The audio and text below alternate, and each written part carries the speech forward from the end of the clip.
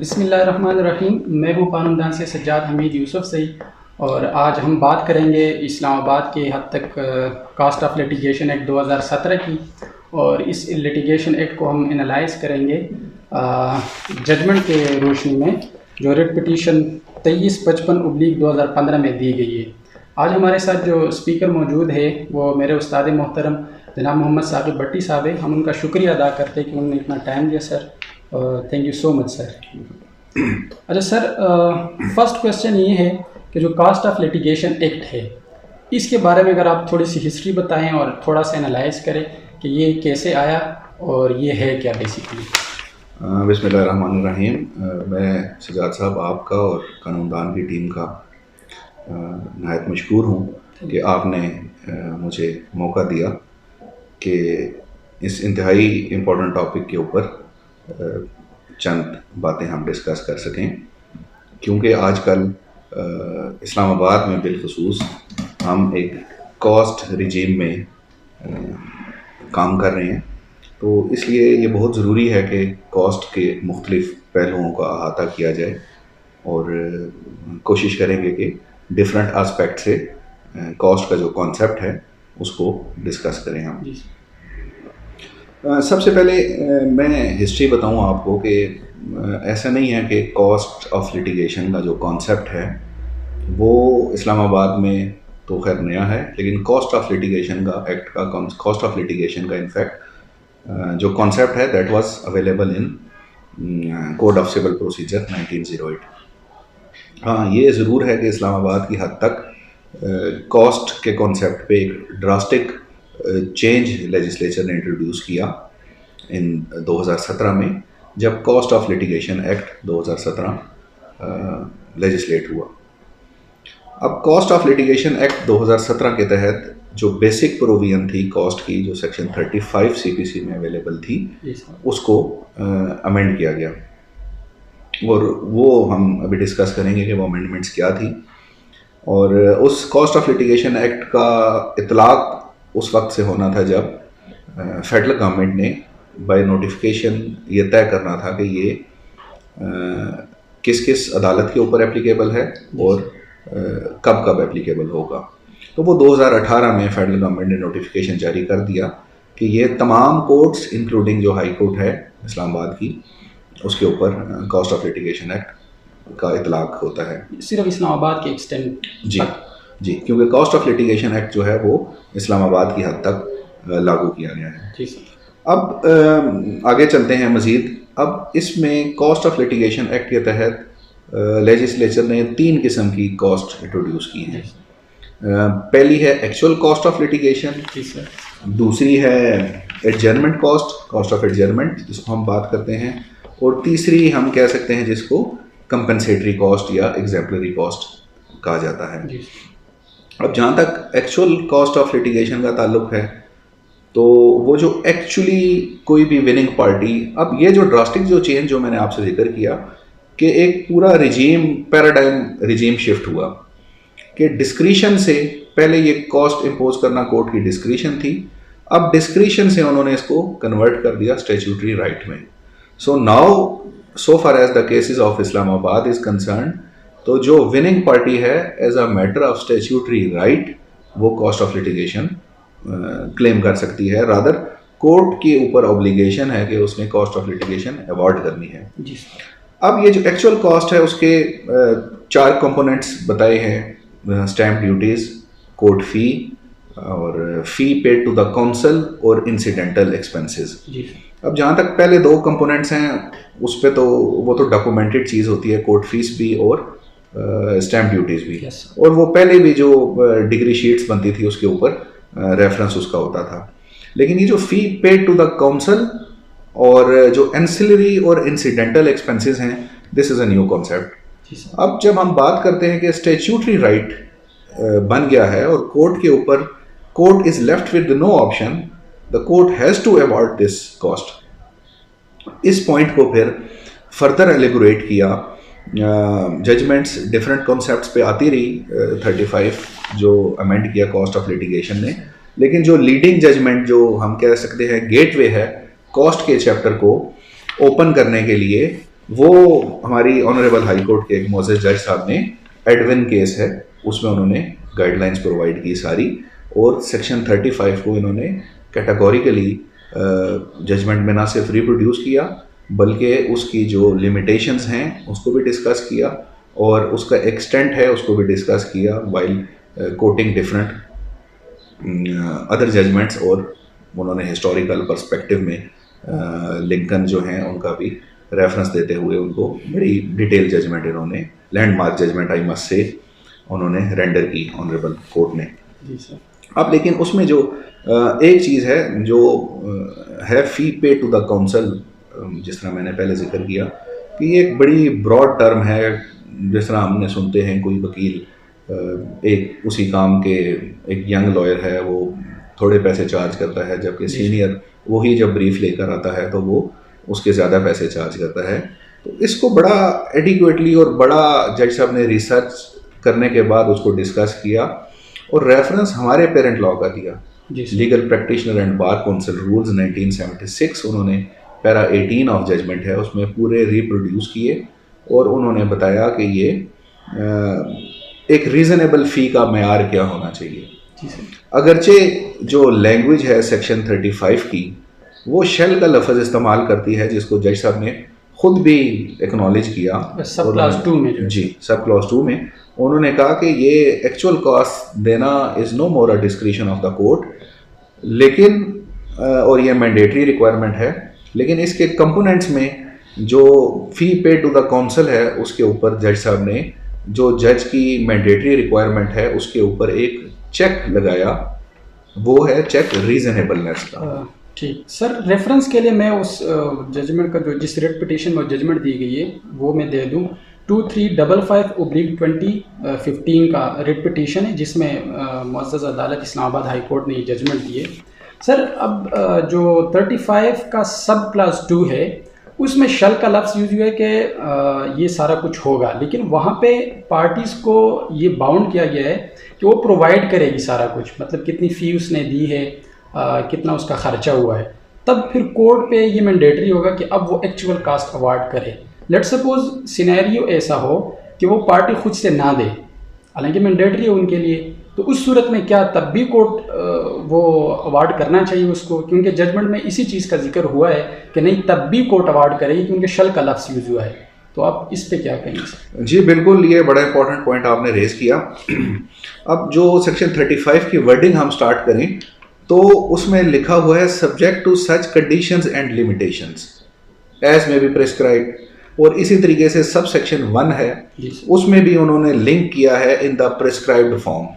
ये एडमिटेड बात है कि अभी तक ना रूल्स बने हैं ना टर्म्स एंड कंडीशंस या लिमिटेशंस कोई अभी तक फॉर्मुलेट हुई हैं जो डेलीगेट लेजिस्लेशन का सब्जेक्ट है, और ना कोई प्रिस्क्राइब्ड फॉर्म अभी तक बना है। लेकिन इस प्रैक्टिकल प्रॉब्लम को सॉल्व करते हुए जज साहब ने पूरा मैकेनिज्म प्रोवाइड किया है कि जब तक ये प्रेस्क्राइब फॉर्म नहीं बनता या ये कंडीशन और लिमिटेशन नहीं बनती, क्योंकि intention of legislature is very clear. जी सर। वो है लफ्ज़ शेल के साथ, इसके ऊपर जज साहब ने बहुत फोकस किया और बड़ा पेन लेकर उन्होंने जजमेंट्स डिफरेंट रेफर की हमारी सुपीरियर जुडिशरी की, और जज साहब ने ये कंक्लूड किया कि प्रेस्क्राइब्ड फॉर्म ना बनने तक भी ऐसा नहीं है कि पार्टी को एक स्टैट्यूटरी राइट से महरूम किया जा सकता है। तो उस पे उन्होंने फिर अपनी डेलिब्रेशन करने के बाद इस नतीजे पर पहुंचे कि रीज़नेबल फ़ी अगर प्रेस्क्राइब्ड फॉर्म नहीं है और अगर मेमो ऑफ कॉस्ट किसी पार्टी ने नहीं दिया, स्टिल अदालत के पास इख्तियार है कि to give effect of this statutory right और still court can award the cost. ठीक है सर। सर 35 के सब क्लास 35(1) के सब क्लास 3 में अगर हम आ जाए तो जो स्टैट्यूट है वो कहती है कि the cost other than those mention in class 1 shall be in the discretion of the court.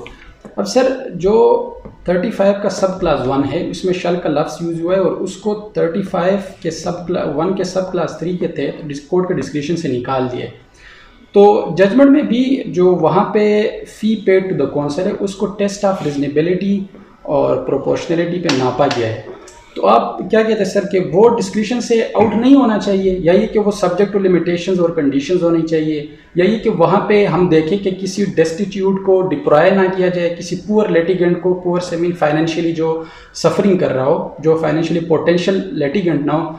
तो क्या जज साहब ये बेसिकली करना चाह रहे हैं कि ऐसे लिटिगेंट्स जो अफोर्ड नहीं कर सकते लिटिगेशन ज़्यादा, तो वो कहीं ऐसा ना हो कि कोई दूसरी पार्टी अपने वकील को बहुत ज़्यादा फीस पे कर और इस वजह से लिटिगेशन का आना कम हो जाए और किसी का एक्सेस टू जस्टिस वाला राइट है वो वायलेट हो जाए। तो आप इस पे क्या कहेंगे इस पर? जी बिल्कुल, मेरी समझ के मुताबिक जज साहब के जहन में यही चीज़ें थी कि अगर 35(1) को हम शेल के साथ, लफ्ज़ के साथ जोड़ें और उसमें फ़ी पे टू द काउंसिल है, और वो चूंकि एक्चुअल कॉस्ट है, हमने repeat for the sake of repetition वो लाजमी देनी है कोर्ट ने, तो अगर वो डॉक्यूमेंटेड भी हो जाए या अनडॉक्यूमेंटेड भी हो जाए और अदालत की नज़र में जो वकील साहब ने फ़ीस चार्ज की है वो अनरीज़नेबल है जी सर, तो स्टिल जजमेंट की रोशनी में कि अदालत एक्चुअल फ़ीस से कम पे भी कॉस्ट अवॉर्ड करेगी, लेकिन अदालत के पास भी गाइडिंग प्रिंसिपल वो होंगे जो पैरा 18 में legal practitioner and bar council rules 1976 में प्रोवाइड किए गए हैं कि एक वकील की फ़ीस का मेयार क्या होगा। जी सर, उसमें 1976 में बड़ी डिटेल सेक्शन है। मैं सजेस्ट करूंगा तमाम दोस्तों को, अपने अपने प्रोफेशनल कोलीग्स को, कि फ़ीस तय करते हुए वो ज़रूर उन सेक्शंस को एक दफ़ा देख लें जिसमें उन्होंने बताया है कि तमाम चीज़ें डॉक्यूमेंटेड हैं। कितना लेबर इन्वॉल्व होगा, कितनी स्किल इन्वॉल्व होगी, कितना टाइम कंज्यूम होगा वकील साहब को वो ब्रीफ लेने में। फिर जो उसमें जो मोस्ट इम्पॉर्टेंट चीज़ है कि अगर क्लाइंट की एबिलिटी टू पे ज़्यादा है लेकिन उसके ब्रीफ पे लेबर इतनी ज़्यादा इन्वॉल्व नहीं है, तो that would not be a criteria to charge a high fee. तो वो सारी चीज़ें हैं। तो अदालत भी जज साहब की जजमेंट की अगर हम बात करें तो ऐसे ही है कि 35(1) और 3 को मिला के एज फार एज जो एक्चुअल कॉस्ट है उसमें जो कंपोनेंट है लॉयर फीस का, that is always subject to reasonable classification. ठीक सर।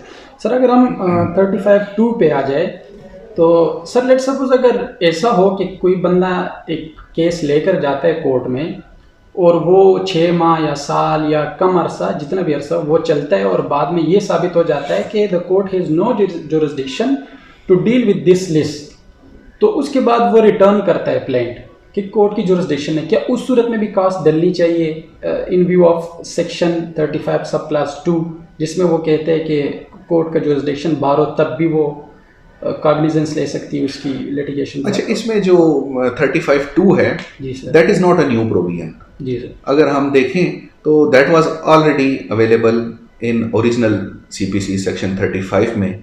ये वाली provision prior to the amendment. जी, prior to the amendment. Cost of litigation act ने इस सेक्शन को अमेंड नहीं किया। अब रैशनल क्या है? देखिए, जनरल प्रिंसिपल ये है कि किसी भी कोर्ट को सबसे पहले अपनी जुरिस्डिक्शन तय करनी है। अगर कोर्ट के पास जुरिस्डिक्शन होगी तो कोर्ट ने जैसा भी ऑर्डर किया है दैट इज प्रोटेक्टेड, और अगर कोर्ट की जुरिस्डिक्शन नहीं है तो जितना मर्जी अच्छी जजमेंट्स कोर्ट ने डाल दी हैं, उसमें जितनी मर्जी अच्छी इंटरप्रिटेशन की है, उस जजमेंट की कोई हैसियत नहीं है, because this is coram non judice. तो सबसे जो पहला पिवटल क्वेश्चन होता है किसी भी कोर्ट के लिए कि अपनी जुरिस्डिक्शन तय करनी है। इख्तियार समात होगा अदालत को तो अदालत उसके ऊपर कोई भी काम कर सकती है। अब सेक्शन 35(2) का मतलब यह है कि अगर अदालत के पास इख्तियार समात नहीं भी है फिर भी to the extent of cost अदालत कॉस्ट का ऑर्डर कर सकती है। ये बेसिकली एक इनेबलिंग प्रोविजन है जी सर, कि कोर्ट को एक पावर दी जा रही है कि आप कॉस्ट इम्पोज कर सकते हैं। नेक्स्ट क्वेश्चन वुड बी कि क्या कॉस्ट इम्पोज करनी भी चाहिए या नहीं करनी चाहिए। तो अगर ऐसा कोई इंट्रिकेट क्वेश्चन है, हार्ड क्वेश्चन ऑफ लॉ है, हार्ड क्वेश्चन ऑफ जुरिस्डिक्शन है, जिसमें इट इज़ नॉट क्लियर कि ये प्रोपोजिशन जो ये ब्रीफ है ये किस कोर्ट में जाना है, और आफ्टर आर्गुइंग द पार्टीज अगर अदालत इस नतीजे पर पहुंचती है कि नहीं मेरी जुरिस्डिक्शन नहीं है और ऐसा एक हार्ड क्वेश्चन था अदालत के सामने, तो इस सूरत में अदालत कॉस्ट इम्पोज नहीं करेगी।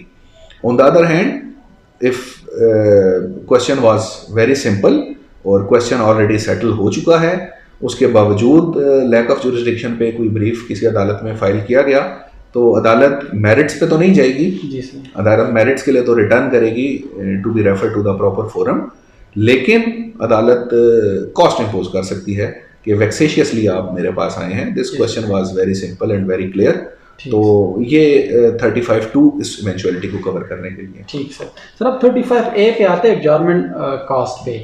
अब इसके बारे में सर क्या कहते हैं कि एक लेट सपोज वकील साहब कहते हैं कि जी आज मैं बीमार हूँ, या एक पार्टी ने अपीयर होना था और उसके प्रोसीडिंग उसके साथ कनेक्टेड लेट सपोज उस पर जरा होनी थी, या उसका कोई बयान रिकॉर्ड होना था और वो कोई एक एक्सक्यूज़ पेश करे अदालत में कि मैं ट्रैफिक में स्टक हो गया था, एहतजाज चल रहा था, या वो बीमार था, तो इस सूरत में सर एडजॉर्नमेंट की कास्ट की क्या डेफिनेशन होगी, क्या एक्सप्लेनेशन होगी और किन सूरतों में डल सकती है? क्योंकि ये थोड़ा सा ड्रेकोनियन सा भी लग रहा है कि 5,000 से कम कास्ट नहीं डलेगी हर एडजॉर्नमेंट पे, बल्कि उससे ज़्यादा की डलेगी, कीपिंग इन व्यू कि सर जो हमारा प्रिवेलेंट जो प्रैक्टिस है हमारी कोर्ट्स में, बहुत ज़्यादा एडजॉर्नमेंट्स हम लेते हैं। तो हम सर एक तरफ उसको देखें हम कि बहुत ज़्यादा एडजॉर्नमेंट लेना, दूसरी तरफ हम इस चीज़ को देखें कि जब एडजॉर्नमेंट लेना वाकई ही बनने की ज़रूरत हो, तो उस सूरत में सर इसकी एक्सप्लेनेशन क्या होनी चाहिए? अच्छा, 35A का अगर आप इनिशियल पोर्शन को पढ़ें तो ऐसे ही नज़र आता है कि this is a draconian law, काफ़ी स्ट्रिक्ट लगता है, बड़ी स्ट्रिक्ट इसमें रिक्वायरमेंट है, क्योंकि इसमें एडजर्नमेंट देने के लिए जो लफ्ज़ यूज़ हुए हैं वो हैं अगर sufficient cause and reason to be recorded. जी सर। बट ये सफिशेंट कॉज और reason to be recorded that is linked with the request for adjournment. लेकिन अगला कंपोनेंट इसका कहता है कि कोई भी ऐसी जो कॉस्ट होगी अदालत एडजर्नमेंट तो ग्रांट करेगी, जी सर, लेकिन वो कॉस्ट सब्जेक्ट टू कॉस्ट होगी और वो मिनिमम कॉस्ट 5,000 है, there is no upper limit. Perhaps वो अपर लिमिट ही जो सेक्शन 35 के शुरू में हमने डिस्कस किया कि वो लिमिटेशंस और कंडीशंस जो प्रेस्क्राइब होनी है, परहैप्स उसी को कवर करने के लिए अपर लिमिट इसमें नहीं बताएगी। जज साहब ने जो रीजनेबलनेस की टेस्ट भी बताया कि रीजनेबल, तो वो रीजनेबल होनी चाहिए जी, अगर अपर लिमिट। लेकिन अगर इसकी बाकी दो प्रोवाइजों को देखें तो बेसिक पर्पस इस क्लॉज का यही नज़र आता है कि ऐसा नहीं है कि इन ऑल इवेंचुअलिटीज़ आपके ऊपर कॉस्ट इम्पोज होगी, जैसा आपने सर्कमस्टांसेस रेफर किए उनमें अदालत के पास इख्तियार है कि वो विदाउट इम्पोजिंग कॉस्ट भी एडजर्नमेंट ग्रांट कर सकती है। तो बेसिकली ये एक टूल है अदालत के हाथ में कि जिस तरीके से आपने खुद किया, और ये एडमिटेड फैक्ट है कि बहुत ज़्यादा एडजर्नमेंट्स होती हैं और बाज़ औक़ात विदाउट एनी सफिशेंट कॉज भी होती हैं। तो सिर्फ लिंक किया, ऐसा नहीं है कि अदालत किसी सूरत में एडजर्नमेंट ग्रांट नहीं करेगी, और ऐसे भी नहीं है कि हर सूरत में ही 5,000 कॉस्ट करनी है। अदालत अगर मुनासिब समझे तो और जेन्युइन कॉज हो तो अदालत without imposition of cost adjournment भी ग्रांट कर सकती है और फाइन से भी रिस्ट्रेन कर सकती है। सर अब आते 35B पे, स्पेशल कास्ट पे जो डाला जाएगा, कोई वेक्सेशियस क्लेम हो, ऐसा क्लेम कि जो क्लेमेंट का बनता नहीं था जिस पार्टी ने क्लेम किए, तो सर इस पे आप क्या कहेंगे? पहली बात तो ये कि वेक्सेशन सर ये हम कैसे तय करेंगे, कोर्ट कैसे तय करेगी वेक्सेशियस क्लेम है, और इसकी क्या एक्सप्लेनेशन फर्दर होगी? अच्छा सर, एक तो ये चीज़ हो गई क्या, और इसका ये मतलब है कि आया स्टैट्यूट ने लेजिस्लेचर का इंटेंशन ये था कि हम जो एक्चुअल कास्ट है जो पार्टी का लगेगा केस पे उसको अलग करे, और जो उसने वेक्सेशियस या कोई मनगढ़ंत कहानी लाई है उस पर अलग से कास्ट डाले, तो वो दो किस्म की कास्ट एट अ टाइम डालना चाह रही है सर। और इस तरह की लिटिगेशन जो वेक्सेशियस है उसको रोकने के लिए ऐसा किया गया है सर। जी बिल्कुल ऐसा ही है। ये जो स्पेशल कॉस्ट है that is in addition to actual cost, और बेसिकली ये इसका जो बेसिक थीम जो लेजिस्लेचर का नज़र आ रहा है कि वो डिस्करेज करना है फ्रिवलेस लिटिगेशन को। ठीक है। नाउ इस पॉइंट के ऊपर मैं इस जजमेंट को आई मस्ट से कि जो केस था उसकी अगर आप हिस्ट्री पढ़ें तो एक ही प्ली बार बार ली जाती रही इस केस में, और कई सारी कोर्ट्स में केस चलता रहा। जी, कई सारी कोर्ट्स में केस चलता रहा, बाहर से एक जजमेंट पास हुई on the merits of the case, यहाँ एग्जीक्यूशन में आई, और यहाँ तो जिस तरह प्रीवी काउंसिल ने एक दफ़ा हेल्ड किया था कि सब कॉन्टिनेंट में असल लिटिगेशन ही तब स्टार्ट होती है जब एग्जीक्यूशन प्रोसीडिंग स्टार्ट होती है।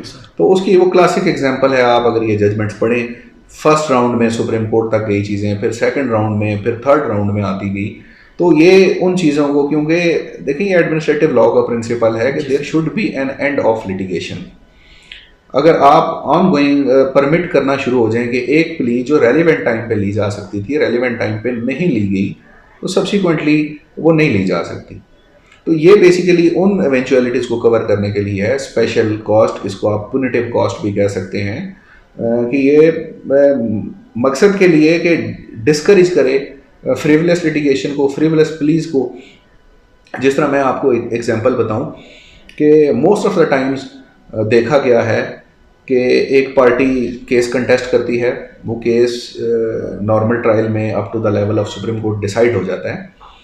बाद में वही पार्टी या उसी का रिप्रेजेंटेटिव एग्जीक्यूशन में ऑब्जेक्शन रेज करता है। जी सर। अब क्वेश्चन है कि जब आपने ट्रायल या एपेलेट स्टेज पे आपके नॉलेज में थी चीज़ें सारी, आप अपने पॉइंट्स ऑफ अटैक और पॉइंट्स ऑफ डिफेंस ले सकते थे, आपने वो सारे पॉइंट्स ऑफ अटैक और डिफेंस लिए।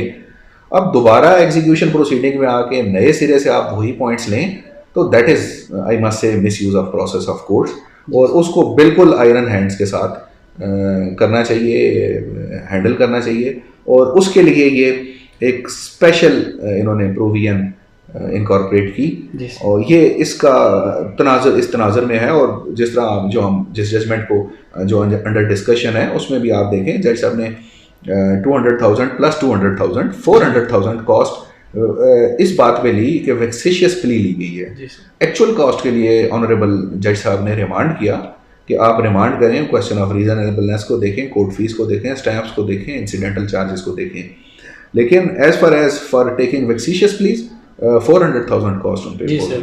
अरे सर, जज साहब ने वहाँ पे जो 4 लाख की कास्ट डाली है, फिर जज साहब ने जजमेंट में ये कहा है मुअज़्ज़ज़ अदालत ने कि 2 लाख तो मैं डालता हूँ जो हाई कोर्ट में आकर इन्होंने कुछ खर्च किया होगा इस केस पे, 2 लाख में डालता हूँ वेक्सेशियस क्लेम पे। अच्छा सर, इसमें एक और चीज़ जो जज साहब अपने जजमेंट में ऐड करते हैं, जो मैं ऐड करना चाहूँगा, वो कहते हैं कि हर फोरम ऐसा नहीं है कि 3 कोर्ट से केस आकर ऊपर आया तो अब ऊपर वाली जो कोर्ट है बिल्कुल अपेक्स कोर्ट जो होगी, लेट सपोज अब सुप्रीम कोर्ट में केस सिविल कोर्ट से जाकर वहाँ तक चला गया, तो सुप्रीम कोर्ट सारे कोर्ट्स की कास्ट नहीं तय कर सकती, बल्कि हर कोर्ट को अपनी हद तक अपनी कास्ट तय करके वो अवार्ड करनी होगी। तो सर ये क्लेरिफिकेशन। जी बिल्कुल, उसमें क्योंकि लफ्ज़ जो यूज़ हुआ है वो प्रोसीडिंग लफ्ज़ यूज़ हुआ है। जी sir, before the court, proceeding before the court. इसको जज साहब ने इंटरप्रेट इस तरीके से किया कि एवरी स्टेज ऑफ प्रोसीडिंग्स के ऊपर जो रेलिवेंट कोर्ट है that is empowered to impose cost. अच्छा सर, ये जो बिल्कुल लास्ट में अब है 35C general provision as to cost, तो सर अब यहाँ पे आकर देखें, अब सर अगर हम देखें तो मुल्क में बहुत ज़्यादा लिटिगेशन इदारों की तरफ से, जो गवर्नमेंट इदारे, अगर इस्लामाबाद की हद तक हम देखें तो CDA की तो आधी लिटिगेशन यहाँ पे जो हो रही है वो CDA की तरफ से हो रही है सर, या उसके साथ सारी कनेक्टेड है। लेकिन यहाँ पे गवर्नमेंट को इंडेमनिटी दे दिए, उसको इंडेमनीफाई कर दिए कास्ट से, तो इसको आप कैसे देखेंगे? एक तरफ तो जज साहब ऑनरेबल अदालत जो है सर, वो अपनी जजमेंट में ये भी कहते हैं कि देखें इसके एक मकसद ये है कि जो फ्रिवोलस किस्म की लिटिगेशन है वो कम हो, और कम से कम केसेस अदालत में हैं, उससे पहले जो सेटलमेंट हो उस पर ज़्यादा जोर हो, जैसे अर्बिट्रेशन हो गया, कंसिलिएशन और निगोसिएशन वगैरह। लेकिन यहाँ पे इदारे को इंडेमनीफाई करके, तो क्या ये आप क्या कहते हैं कि ये ठीक किया गया है, या ये कि इससे मज़ीद लिटिगेशन बढ़ेगी, गवर्नमेंट को तो शेयर मिल जाएगी फिर? अच्छा, ये जो 35C है ना, इस पे with respect to the legislature मेरा एक अपना नुक्ता नज़र है। अगरचे 35C को इस जजमेंट में एड्रेस नहीं किया गया, may be at any appropriate stage अदालत इसको 35C को रेलेवेंट कोई रेलेवेंट क्वेश्चन अगर आए तो उसको तय करेगी, और ऑब्वियसली जो मुअज़्ज़ज़ अदालतों का हुक्म होगा उस की रोशनी में ये भी चीज़ होगी। लेकिन बीइंग अ प्रैक्टिशनर मेरा एक अपना डिफरेंट पॉइंट ऑफ व्यू है। मैं इससे डिसएग्री करता हूँ इस एग्जाम्पशन से। वो रीज़न क्या है डिसएग्रीमेंट की? वो रीज़न ये है कि आप देखें, ये cost of litigation act, I repeat के this is only to the extent of ICT। Federal government है, यहाँ पे अगर आप लिटिगेशन को फॉरेंसिक ऑडिट करें लिटिगेशन का, इस्लामाबाद हाई कोर्ट में जो पेंडिंग है या डिस्ट्रिक्ट कोर्ट में पेंडिंग है। जी सर। तो आई एम श्योर कि अराउंड 1/3 जो लिटिगेशन होगी या उसके करीब लिटिगेशन होगी वो इदारों के खिलाफ है। गवर्नमेंट के इंस्टीट्यूट्स, पब्लिक बॉडीज़ या गवर्नमेंट की जो ओन्ड कॉरपोरेशंस या प्राइवेट पब्लिक लिमिटेड कंपनीज हैं उसके अगेंस्ट या स्टैट्यूटरी ऑर्गेनाइजेशंस हैं उनके अगेंस्ट रफली आई कैन से कि 1/3 लिटिगेशन इस्लामाबाद में इदारों के खिलाफ है। अब बेसिक थीम आप एम्स एंड ऑब्जेक्टिव्स अगर कॉस्ट ऑफ लिटिगेशन एक्ट के पढ़ें, डिस्करेज लिटिगेशन, और साथ ही उन्होंने कहा कि फ्रीवलेस लिटिगेशन नहीं होनी चाहिए और वेक्सेशियस क्लेम्स नहीं होने चाहिए जी। लेकिन एट द सेम टाइम अब 1/3 को 35C के तहत अराउंड 1/3 लिटिगेशन को तो हमने operation of cost of litigation act से एक्सक्लूड कर दिया। अब इस्लामाबाद की जो स्पेशल अब फीचर्स हैं, अब जिस तरह आप रिट जुरिस्डिक्शन देखें, रिट जुरिस्डिक्शन में तो मोस्ट ऑफ द टाइम क्या मेजर जो लिटिगेशन है वो इदारों के खिलाफ ही होती है या उनके पर्सनस के अगेंस्ट है, तो आपने उनको एक ब्लैंकेट इम्यूनिटी दे दी। दूसरा एक जो सबसे बड़ा हमारा आइडिया है कि एक्शंस के ऊपर तो देखा जाता है, जुडिशियल रिव्यू में हम देख लेते हैं, सुपीरियर कोर्ट्स देख लेती हैं ऑनरेबल, और जो नीचे डिस्ट्रिक्ट कोर्ट्स हैं वो भी देखती हैं कि एक इदारे ने ये काम किया और ये गलत काम किया। लेकिन इन एक्शंस के ऊपर जो ओमिशंस हैं इदारों की, उनके ऊपर कोई पकड़ दकड़ नहीं होती। और एक ये कस्टमरी प्रैक्टिस बन गई है कि कोई भी जो गवर्नमेंट का इदारा है वो अपने ओन पे अपने जो गिवन राइट्स हैं, जो स्टैट्यूट ने उसको राइट्स दिए हैं, डेलीगेशंस दी गई हैं स्टैट्यूट से या सबऑर्डिनेट डेलीगेशंस हुई हुई हैं इदारों के पास, उन अफराद के पास, ऑफिस के पास, कि ये काम आप कर सकते हैं। देखें, इंसाफ फराहम करना सिर्फ अदालत का काम नहीं है। हर इदारे ने अपने अंदर जो इंस्टीट्यूशनल मैकेनिज़्म है उसका पर्पज़ ही ये है, इंस्टीट्यूशनल मैकेनिज़्म प्रोवाइड करने का, कि आप इदारों के साथ जो इंडिविजुअल्स के मसाइल हैं वो इदारों में हल हो जाएं। अनफॉर्चुनेट स्टेट ऑफ अफेयर्स हमारी ये है कि इदारे अपना काम नहीं करते, जिसकी वजह से अदालतों के ऊपर बर्डन बहुत ज़्यादा आ जाता है। बहुत दफ़ा ऐसे केसेस हमारी नज़रों के सामने से गुजरे हैं। छोटे से क्लेम्स होते हैं लोगों के, एडमिटेड क्लेम्स होते हैं, लेकिन ऑफिसर जो हैं वो due to some extraneous considerations वो उनको नहीं पे बैक करते, उनको एक राइट्स को एक्नॉलेज नहीं करते, जिसकी वजह से लोगों को अदालतों में आना पड़ता है। फिर अदालत में जब आए, आपको मालूम है कि गवर्नमेंट जहाँ आ जाए वहाँ आपका राइट ऑफ रिटन स्टेटमेंट भी एक्सटेंड हो जाता है, गवर्नमेंट सर्टन प्रिविलेजेस भी इंजॉय करना शुरू हो जाती है। हालांकि ऑनरेबल सुप्रीम कोर्ट की एक जजमेंट थी लिमिटेशन लॉ के ऊपर, उसमें उन्होंने बिल्कुल कैटेगोरिकली हेल्ड किया कि for the purpose of determining limitation government को कोई एक्सेप्शन हासिल नहीं है। गवर्नमेंट ऐसे नहीं कह सकती हम गवर्नमेंट के इदारे हैं तो हमें कंडोन किया जाए टाइम। तो अगर उस प्रिंसिपल को फॉलो करें तो यहाँ आई मस्ट से कि लेजिस्लेचर को थोड़ा सा सीरियसली इस चीज़ को देखना पड़ेगा, क्योंकि ये इस्लामाबाद की हद तक एप्लीकेबल और इस्लामाबाद की एक डायनामिक्स डिफरेंट है। तो सर मैं देयर आर चांसेस के व्हील लिफ्ट करें और जो एक्चुअल शख्स था जिसकी वजह से फोर्स हुआ कोई भी आम इंडिविजुअल के गवर्नमेंट के अगेंस्ट केस फाइल करना पे मजबूर हुआ, तो this must be addressed. Sir मैं यहाँ पे एक चीज़ ऐड करना चाहूँगा और क्वेश्चन करूँगा। सर जब हम क्लासिफिकेशन ऑफ लॉ करते हैं तो वहाँ पर हम कहते हैं कि जब जो लोग हों, जो सब्जेक्ट हैं लॉ के, वो अगर सेम सिचुएशन में सिचुएट करते, सेम सर्कमस्टांसिस में, तो उसके अंदर हम क्लासिफिकेशन नहीं कर सकते, क्योंकि फिर रीजनेबल डिफरेंशियल ले डाउन नहीं होगा। उसके दरमियान अगर रीजनेबल डिफरेंशियल ले डाउन नहीं है तो हम कहते हैं कि that is arbitrary in nature. और अगर आर्बिट्ररी इन नेचर है तो फिर वो article 25 of the constitution of Islamic Republic of Pakistan के साथ अल्ट्रा वायरीज में आ जाता है। तो क्या आप ये नहीं समझते कि यही लॉ जब गवर्नमेंट को बिल्कुल अलग कर लिया, लेकिन जब देखें सर अब अगर अदालत में कोई केस आते तो सारी पार्टीज एक ही सर्कमस्टांसेस में आ जाती है, वो एक ही ग्रुप बन जाता है पूरा। तो गवर्नमेंट को अलग करना और अवाम को या दीगर जो प्राइवेट पार्टीज है उसको अलग से डील करना, उन पे कास्ट डालना और गवर्नमेंट को इंडिमनिफाई करना, क्या आप नहीं समझते आर्टिकल 25 के साथ फिर अल्ट्रा वायरीज में आ जाएगा? मेरा ख्याल है this is very tough to say कि ये अल्ट्रा वायरीज है, और बिकॉज देखें आप एक लेजिस्लेचर को एक बैलेंस मेंटेन करना है कि इंडिविजुअल और गवर्नमेंट को सर्टन डिफरेंसेस ज़रूर हासिल हैं, क्योंकि जो पब्लिक ऑफिसर्स होते हैं उनको प्रिजम्पशन अटैच है उनके साथ कि वो फेयरली काम करेंगे और इन अकॉर्डेंस विद लॉ काम करेंगे और with in domain of their authority काम करेंगे। क्योंकि अगर पब्लिक सर्वेंट्स को ये प्रोटेक्शन ना दें तो एग्जेक्टिव का जो काम करना है वो डेफिनेटली वो सफ़र करेगा। But still there is a problem, there exist a problem. Now legislature has to think कि कैसे एक बैलेंस मेंटेन करना है, particularly in the case of Islamabad जहाँ अराउंड 1/3 और उसके अराउंड करीब जो लिटिगेशन है वो इंडिविजुअल्स वर्सेस पब्लिक फंक्शनरीज है या एक डिपार्टमेंट की दूसरे डिपार्टमेंट के अगेंस्ट है। So this question has to be addressed. Sir बहुत बहुत शुक्रिया आपका। और सर रिकमेंडेशन के हवाले से आप क्या कहेंगे इसमें? और इसी के साथ सर बिल्कुल आखिरी क्वेश्चन हो हमारा कि जो जजमेंट आई है इस जजमेंट को आप कैसे फोरसी करते हैं? इसके मतलब क्या कॉन्सिक्वेंसेस आएंगे? ये कितना ज़्यादा एप्लीकेबल है या ये कि हमारे लिए कितना ज़्यादा बेनिफिशियल हो सकता है फ्यूचर में? क्योंकि 2017 का एक्ट आया सर और अभी तक इस पर कोई काम नहीं हो रहा था। इस जजमेंट के तवज्जुह से इतना तो हुआ कि किसी को पता चला एक्ट है, कास्ट डलनी चाहिए और कुछ किसी कानून जो इनेक्ट हुआ है उस पर कुछ अमल होना चाहिए। तो ये दोनों क्वेश्चन अगर आप एड्रेस देखिए, जजमेंट आई है तो आपने भी हमसे रब्ता किया है कि इसके ऊपर डेलिब्रेशंस की जाएँ। तो this is a gateway, this is a first step I must से in the right direction. Honourable जज साहब ने बहुत लेबर करके ये जजमेंट रेंडर की। बाकी लॉ में देखें हमेशा चीज़ें there is option of amendment, certain amendments, there are certain areas जिनको एड्रेस करने की ज़रूरत है, but at least this has open up a chapter of discussion.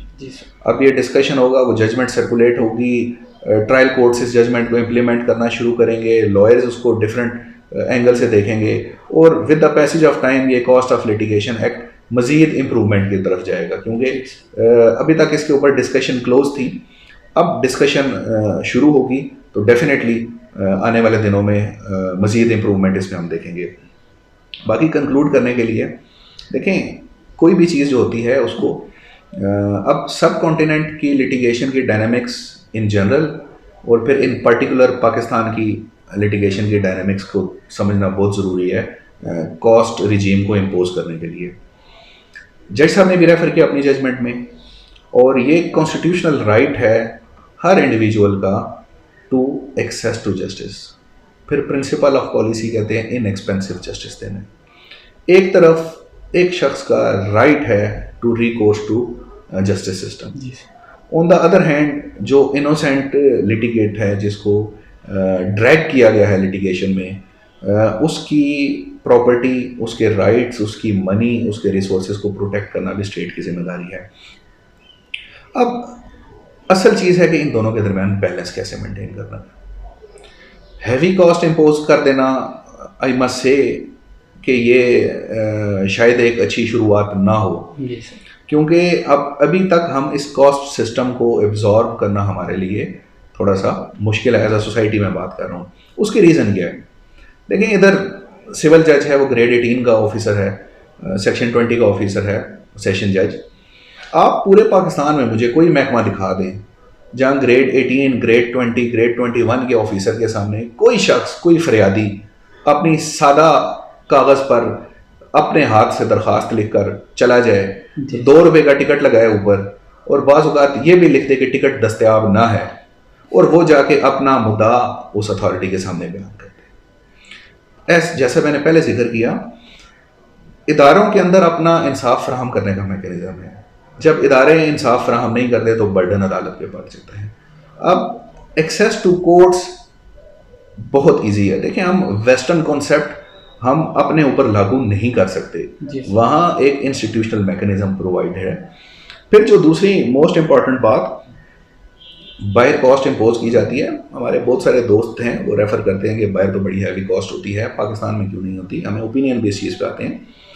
The question is कि हमारे यहाँ जिस तरह प्री लिटिगेशन कोई प्रोटोकॉल्स नहीं है। प्री लिटिगेशन प्रोटोकॉल्स अगर हैं भी तो उनको स्टैट्यूटरी बैकिंग नहीं है, तो देयर इज़ नीड। देखें, बाहर का अगर आप मुवाजना करें तो कॉस्ट बहुत एंड में आती है। वहाँ पहले प्री लिटिगेशन प्रोटोकॉल्स हैं, एक दूसरे से फर्म टू फर्म नेगोशिएशंस होती है, पार्टी टू पार्टी नेगोशिएशंस होती हैं, जो उनके दरमियान डॉक्यूमेंट्स एक्सचेंज होते हैं, प्रिविलेज डॉक्यूमेंट्स होते हैं। एक ऑप्शन होती है कि आपका इतना क्लेम जस्टिफाइड है, आपका इतना क्लेम जस्टिफाइड नहीं है, don't force me to go into litigation. फिर भी अगर कोई पार्टी ना क्लेम माने, फिर जाते हैं, फिर ट्रायल चलता है। ट्रायल के बाद अगर ये नतीजे पे पहुंचे कि ये क्लेम इसका बिल्कुल जस्टिफाइड था और ये लिटिगेशन शुरू होने से पहले इस पार्टी को मान लेना चाहिए था, फिर क्वेश्चन ऑफ कॉस्ट आता है। हमारे यहाँ प्री लिटिगेशन प्रोटोकॉल्स नहीं है, अगर हैं भी तो उनकी स्टैट्यूटरी बैकिंग नहीं है। तो मैं सजेस्ट ज़रूर करूँगा अरबाब इख्तियार को कि हैवी कॉस्ट इम्पोज करने से पहले अपनी डायनेमिक्स को देखें, प्री लिटिगेशन प्रोटोकॉल्स को स्ट्रॉन्ग करें, क्योंकि प्री लिटिगेशन प्रोटोकॉल स्ट्रॉन्ग होंगे, लोगों के पास एवेन्यूज होंगे रिड्रेसल ऑफ देयर ग्रीवियंस के। उसके बावजूद अगर कोई शख्स इंजॉय करना चाहता है लिटिगेशन को, देन ही मस्ट सफर। लेकिन इस कॉस्ट की आड़ में जो फंडामेंटल राइट है, ऐसा ना हो कि हम एक ऐसा मैकेनिज्म दे दें इस कॉस्ट की आड़ में कि इम्प्लाइडली उसका कॉन्सेप्ट ये जाए कि इन अदालतों में केस दायर करना मना है। तो ये एक बैलेंस मेंटेन करना है। मैं अपने लेजिस्लेचर को भी कहता हूँ, अपने ऑनरेबल्स को भी कहता हूँ कि इन दोनों चीज़ों को मद्देनज़र रखते हुए जो भी काम हो, ताकि जो लिटिगेंट्स हैं उनके लिए भी बेहतर हों चीज़ें, और जो फ्रीविलेस लिटिगेशन है उसको भी कर्टेल किया जाए। Thank you so much for the time sir, बहुत बहुत शुक्रिया।